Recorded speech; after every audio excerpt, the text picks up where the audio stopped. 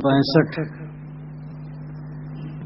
योगिया फिर गो नगर मझारी, जाय समान 5 जहाँ नारी। गयौ देशांतर कोई न बतावे, योगिया बहुर गुफा नहीं आवे। जर गयो पंथा धजा गई टूटी, भज गयो दंड खपर गयो फूटी। काई कबीर यह कली है खोटी, जो रहे करवस निकरे टूटी। जोगिया फिर गो नगर मझारी। योगियों के विषय में साहब कहते हैं, हठ योगियों का साहब ने खंडन किया। राजयोग को उन्होंने माना है, चित्तवृत्ति का निरोध, यही वास्तव में योग है। योग दर्शन में भी यही बात बताई गई है। और हठ योगियों का विचार नीति धोती कपाली कुंजली करके काया साधना, मूलाधार से लेकर के 60 चक्र का वेदन, खोपड़ी में ज्योत प्रकाश और शब्द ज्योत इत्यादि में लीन होना, उसी को परब्रह्म मान करके ये हठ योगियों का प्रपंच है। बीजक भर में हठ योगियों का साहब ने खंडन किया है। योगिया फिर गो नगर मझारी, यह योगिया जो है फिर गो लौट गया नगर के मझारी, नगर के बीच में। फिर जाना मतलब नीचे से ऊपर जाना, मूलाधार से प्राण को 60 चक्र वेदन करते हुए ऊपर भ्रमर गुफा में जाना। ये फिर जाना नाम लौट जाना उधर है।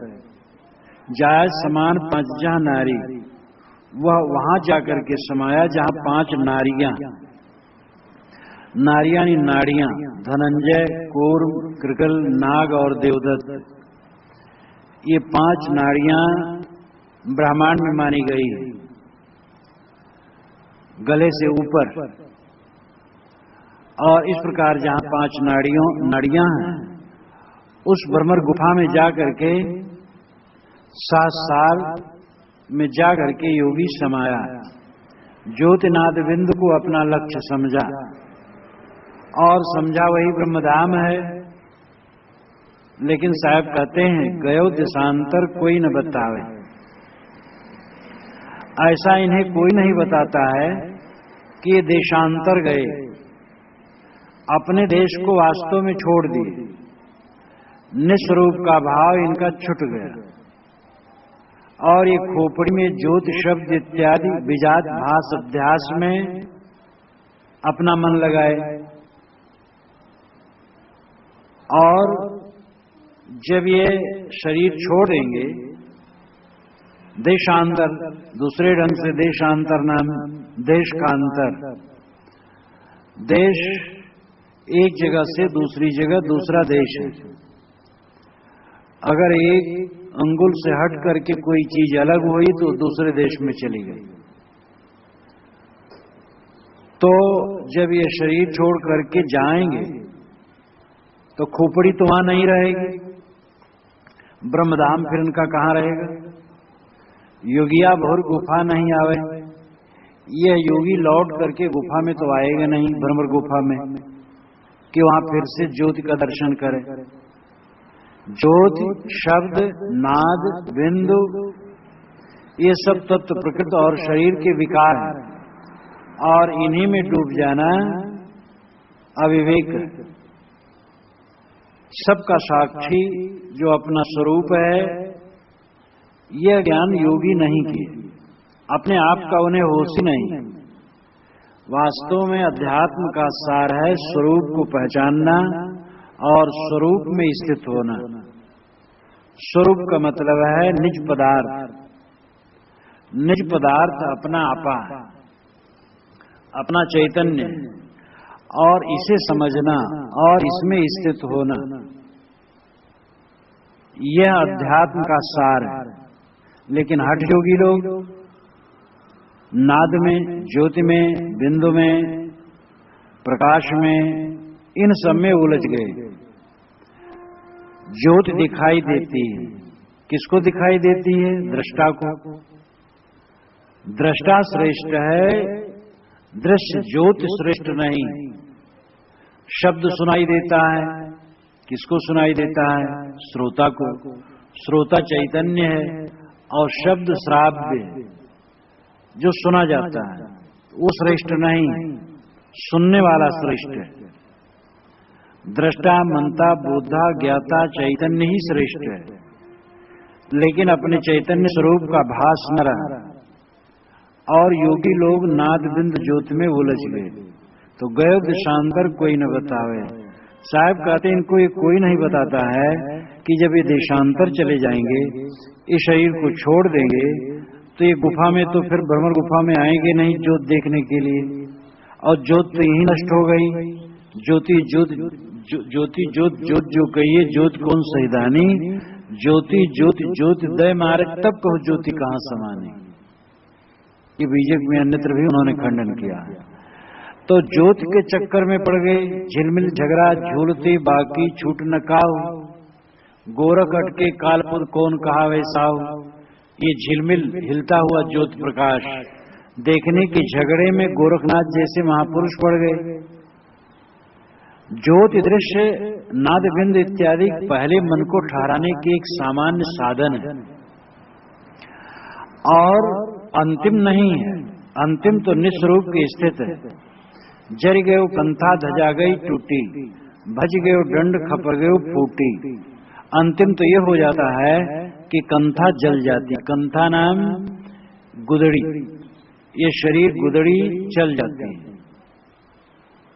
धज गयो कंथ, कंथ नाम कंथा, कंथ शब्द है लेकिन शुद्ध शब्द है कंथा। कंथा नाम गुदड़ी, ये शरीर गुदड़ी अंत में जल जाती है। धजा गई टूटी, और ध्वजा टूट जाती है।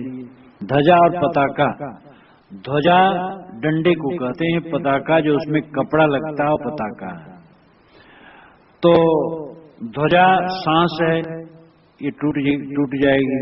भज गयो दंड, दंड का मतलब रीढ़, जो नीचे मूलाधार से लेकर के ऊपर खोपड़ी तक पीठ में गुरियादार हड्डी गई, ये मेरुदंड है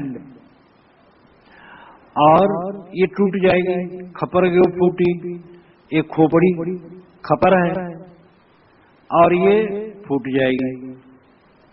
और ये सब जब शरीर का सब कुछ बिखर जाएगा तो ज्योतिनाद बिंदु जो इसी का विकार है वो कहाँ रहेगा।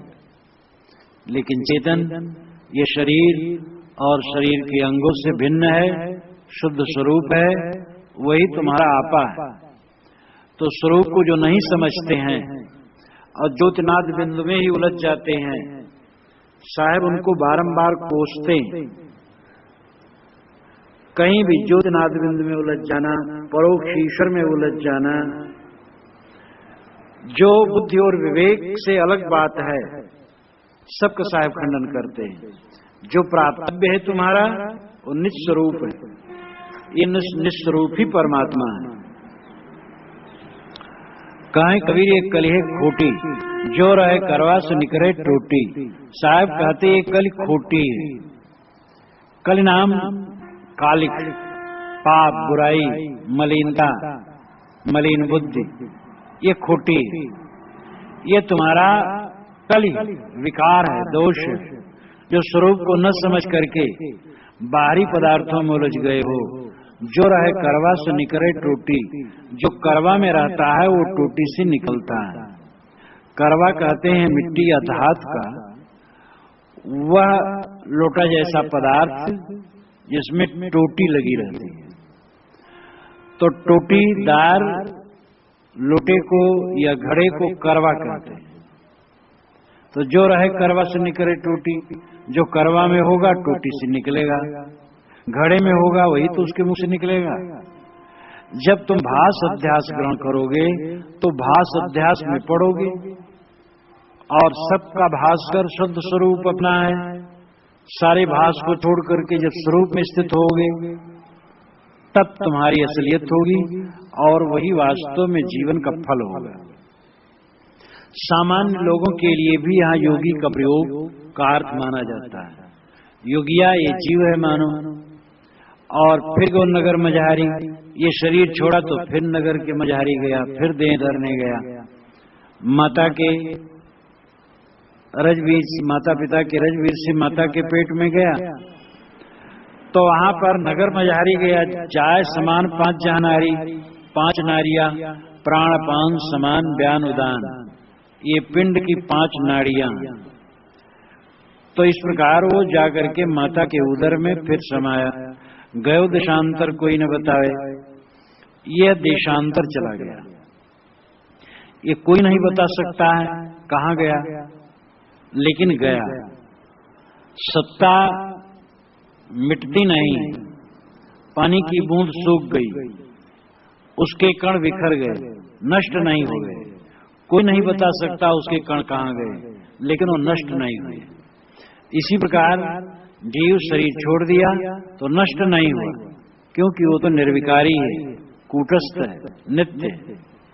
गयो देशांतर कोई न बतावे, यह देशांतर गया, दूसरे देश में गया, दूसरी देह में गया, कोई बता नहीं सकता। योगिया बहुर गुफा नहीं आवे, ये योगिया ये जीव लौट करके फिर उसी शरीर में नहीं आएगा। गाड़ी मोटर में ड्राइवर बैठता है, उतरता है, और वो सैकड़ों बार बैठ करके चलाता फिर उतर जाता है।